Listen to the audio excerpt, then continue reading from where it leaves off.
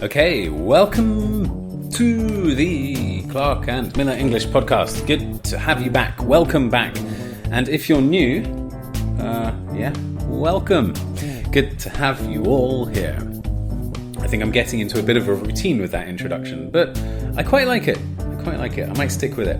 If you hate it, let me know. Send me an email at gabriel@clarkandmiller.com. Today we're going to look at conversations in English, which is obviously an incredibly big category. But today we're going to look at three main parts of a conversation. How to start them, how to keep them going, which is the tricky bit, but I've got loads of tips for you for that, and how to end it, because sometimes you just want to leave and just go and talk to someone else. We're going to look at some tips on phrases to use for doing those things. So let's get started. Great to have you here. I'm going to give you the usual thing before we start. Send me an email if you want to talk about any of these topics, gabriel@clarkandmiller.com. Go to clarkandmiller.com and check out loads of free stuff. We've got loads of free blog posts. We've got lessons you can get. We've got a couple of free books. We've got a book you can buy. Go and check it out. Have a good explore around. But I won't keep you from the content of this lovely podcast. Here we go. Conversations in English.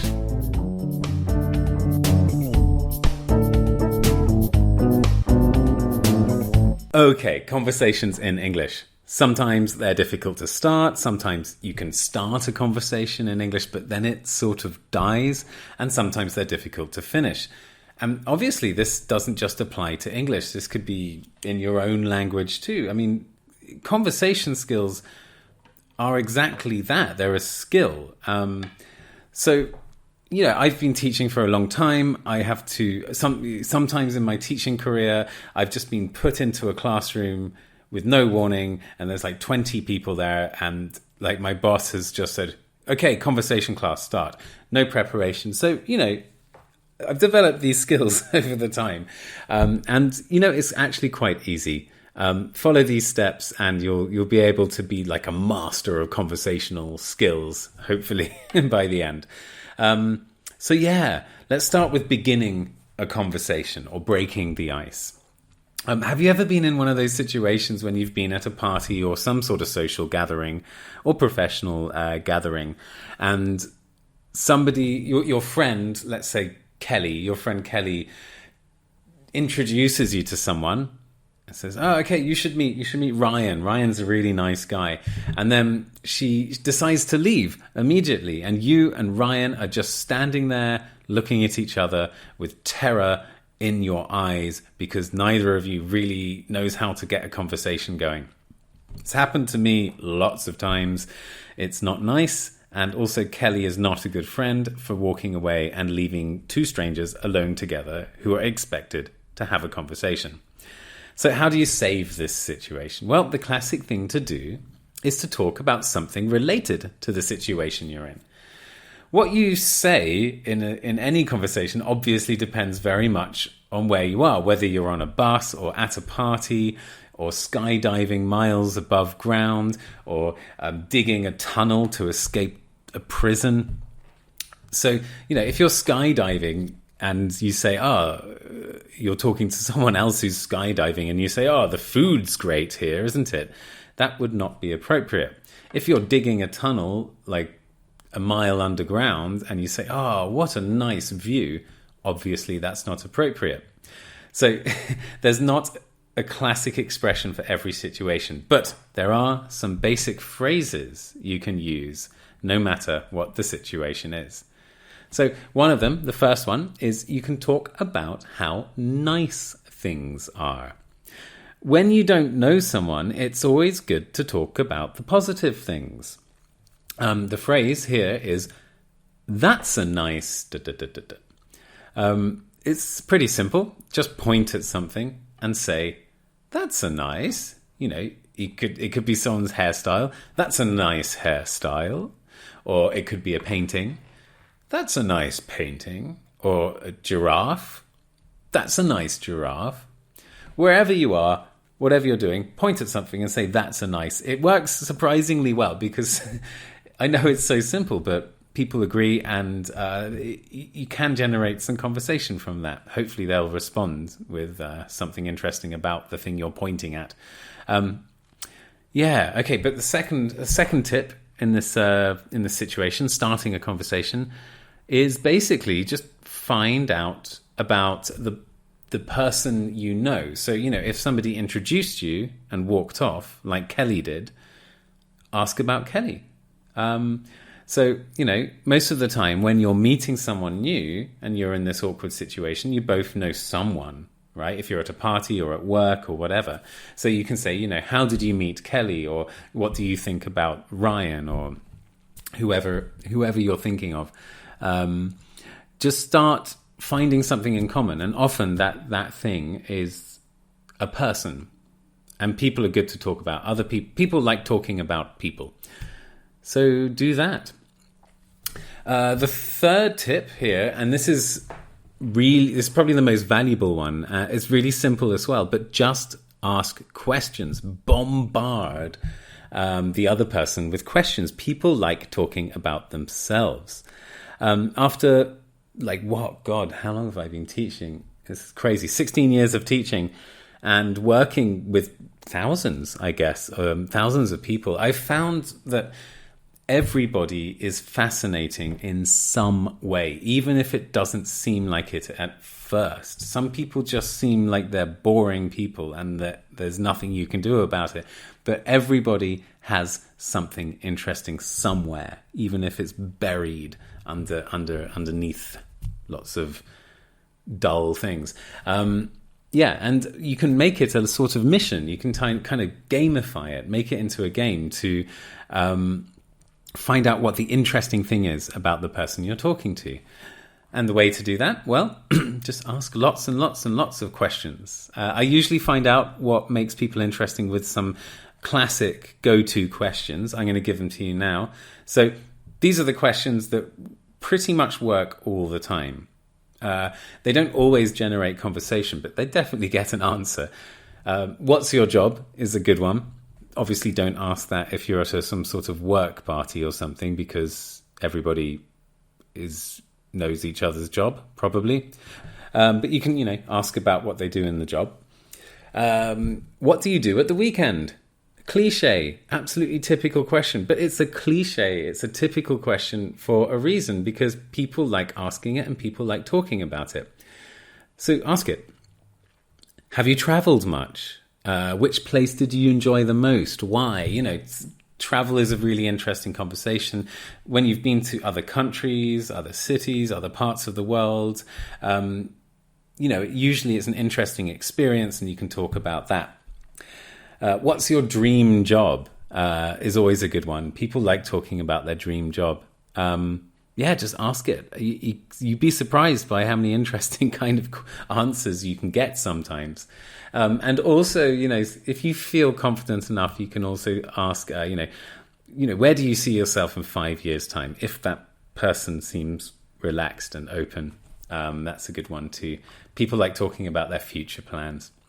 I guess these days the future is quite uncertain, so it's understandable if you might want to avoid that question right now, but there will be a time for that question again, I'm sure. Right, yeah. The middle of a conversation. So this is the tricky bit. So breaking the ice, getting to know someone, that's fairly straightforward. There are just, classic phrases that you can just use. But the middle, keeping the conversation alive, when the conversation sort of dies, how can you get it going again? So, yeah, have you ever really thought about how complex, I can't speak today. I can't explain a complicated thing. How complicated and how complex a conversation can be. As I've pointed out before, in the blog and in other podcasts, conversations in films and on TV are completely different from conversations in the real world. For example, here's a scripted conversation I found on YouTube. It's actually for English learners. Take a listen to this and see what you think is quite unnatural about it. Here we go. Hello. Hello. How are you? I'm fine, thank you. And you? I'm fine, thank you. Where are you from? I come from England. You come from England. Do you like Manchester United? I don't like football. Oh, you don't like football. I see. Why did you come here? I came for vacation. You came for vacation. Are you having fun? Yes, I'm having a great time. Okay, so that didn't feel very natural, right? In this conversation, one person says something, then the other person says something, then the first person says something, then the other person responds, and it's totally unnatural. Okay, so it's quite clear to see the issue there. It's not very realistic. This is not the sort of conversation we usually have in the real world. Now, listen to this conversation. Trust me. You're so confident. Wait, Jacob, just fucking I hurry. know Regent's Park in Where and are out. we? Where are we? I'm We're not Queen's drunk. Mary's- I'm not. Queen's I Mary's swear. Gardens. But he is. You see, I didn't even have to read this. Okay. Just call me when you're in the park. Right now we are. Oh, really? Oh, really? Okay. Oh, it's your phone. That was mine. Queen Mary's Gardens. What's this? I like wetland area. Okay, see the difference? When I was studying linguistics at university, I learned an interesting thing about language. Language has two main purposes. One of the purposes is simply to request or give information. For example, my dog is massive. Okay, you're giving someone some information about your dog and how massive it is. Why is that giraffe in your house? This is a request for information. You want to know why the giraffe is in that person's house. Really, actually, you know what? I saw a giraffe in someone's house once. I was walking to the station from my parents' house, and I walked past this big sort of building. It was a sort of house, but it had loads of stuff on the walls, like paintings, and I swear I saw a giraffe. I mean, it was probably a stuffed giraffe, not a living one, but there was a giraffe in that room, I swear. I never saw it again. I passed that house loads of times, and I never saw it again. But believe me, it happens. Anyway, if I meet the owner of that, I can request information from him and say, why is that giraffe in your house? But another purpose of language is not just to give or request information, but it's to create a bond, a strong relationship between the people talking. So I'm going to play you another clip from a classic British sitcom from the 1970s, probably maybe the most popular British sitcom of all time, called Fawlty Towers. And listen to this. It's a woman on the phone, so you only get one half of the conversation. But what's happening? Is there any giving or receiving of information or requesting of information from her side of the conversation? Oh, I know. Exactly. I know you have. I know. I know. Oh, I know. You would have gone like that all night. I know. Oh, I know. You've no idea. Oh, I know. It was pitch black in there, with its hand. Oh, I know. A man is a man, Mrs. Fawlty. Oh, I know. Oh, I know. I know. Okay, so some of them were on the phone, some of them weren't. That was a collage. But you get the idea, right? She's not really she's not saying, I know, to tell the other person that she knows. She's being sympathetic. She's trying to make the other person feel listened to tell them that she's there for them, that she's listening, that she's relating to them. There's no information going on. It's just a sort of bonding experience. So what does that mean? Well, it means that you can talk about whatever you like and learn new and wonderful things from the person you're talking to. But there are also a few strategies to build the bond, to build this relationship. And here they are. I've got some 5 basic things you should do if you want to build a relationship with someone in a conversation. 1. Show interest. 2. Agree. 3. Develop ideas. 4. Change topic. And 5. Resolve awkward moments. So we'll look at these one by one, obviously. The conversation is up to you. I don't want to tell you what to talk about. There are a million subjects in the world. You can talk about anything. But these strategies can help you sort of keep the conversation going and build a relationship with the person you're talking to and help you direct the conversation. So let's go one by one. Okay, first of all, showing interest. You can use certain phrases to show interest in what the other person says. And this really keeps the conversation alive. And here are some good examples, little phrases to keep the conversation going while you're listening to the other person. No way. Seriously? I don't believe you. Really? Whoa. No. Things like that, almost expressing surprise, because that keeps the other person going, motivates the other person to keep speaking. You can also use phrases like, did he, or was it, or have they, to show interest. You form these by taking the auxiliary verb and adding the pronoun. So, for example, dogs can sing, can they? My brother used to work for Arnold Schwarzenegger, did he? And then he fell into the pool with his pet snake. Did he? I did a little episode 2 episodes ago, I think, on using auxiliaries. And if you want to dive into the world of auxiliaries and how to use them like this, check out that podcast.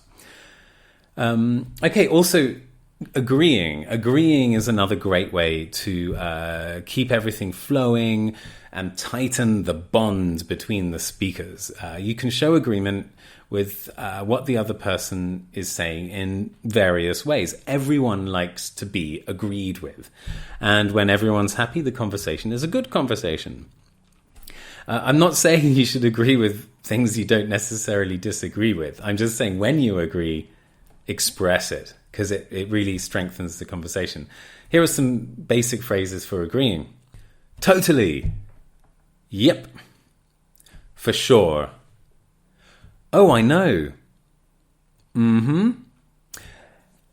These are just some examples. I'm not saying they're better than other ones. And some of these are quite cultural as well. So, this is something for you to navigate and something to get you started with. But showing agreement in ways like this is a good way to get the conversation flowing and build a relationship with the person you're talking to. Developing ideas.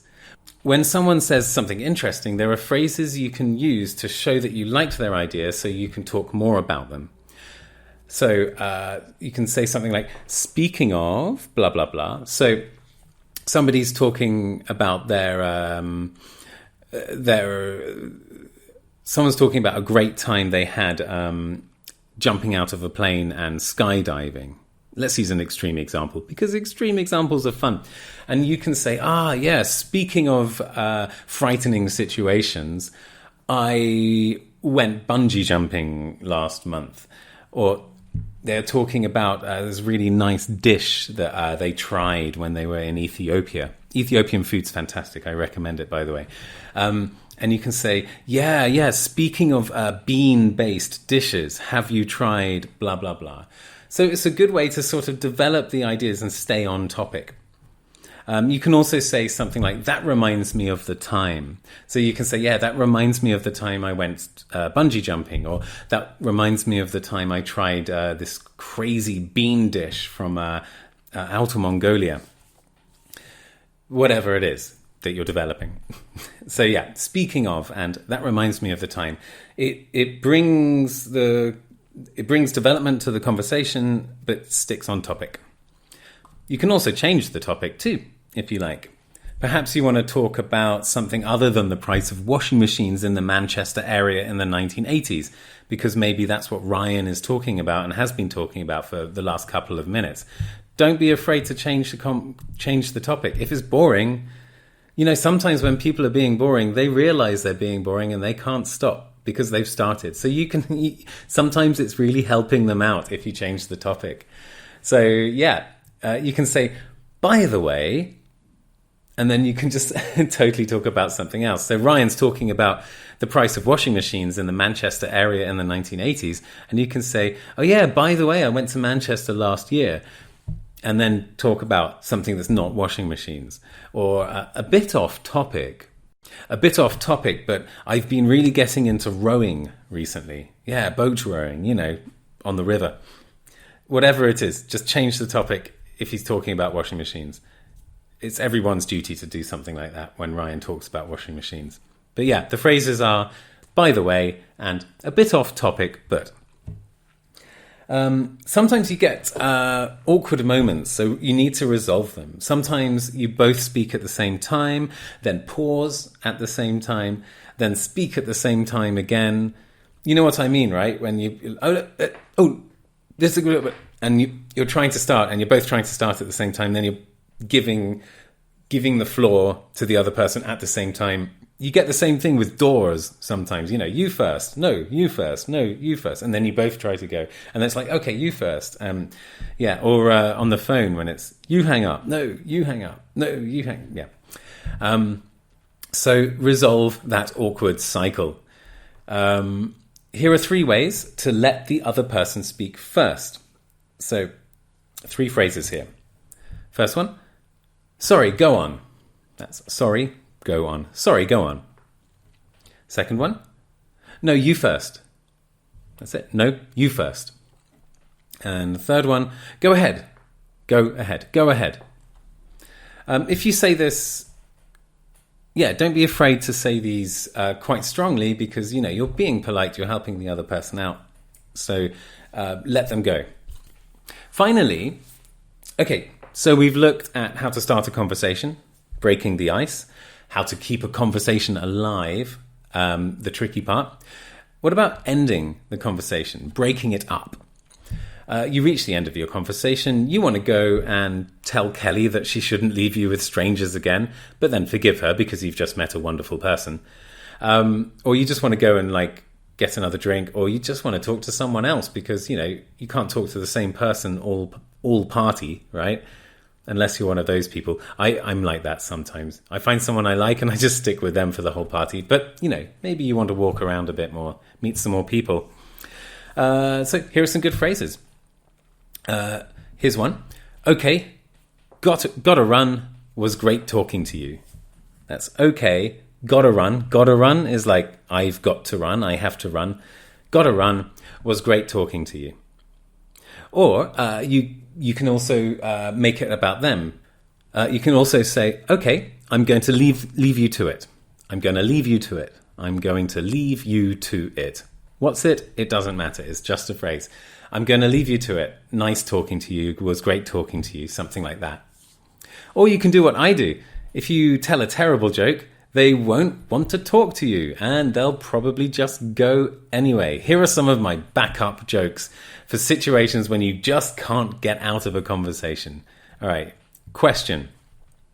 Why can't the Tyrannosaurus Rex play the guitar? Answer. Because it is dead. Terrible, right? Awful. Dreadful joke. Might work. Okay, what about this one? Question. What's orange and sounds like a parrot? What's orange and sounds like a parrot? Answer. A carrot. It's just ridiculously bad. Very bad joke. Jokes are good to try and kill a conversation if it just won't die and you want it to die. Okay, so there we have it. Ways of starting, ways of keeping, and ways of finishing a conversation. These are not the only ways of doing these things. These are just my tips, my advice. I hope they really help you out. If you have any other strategies or ideas about finishing a conversation, do let me know. Send me an email,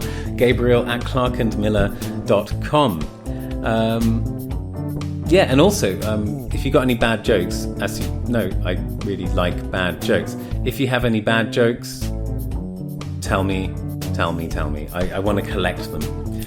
And maybe I will tell your bad joke on the next episode of the podcast. Who knows? Stranger things have happened. But meanwhile, yeah, have a great day. Thanks for listening. That was fun. Nice short one this time. All right, take care.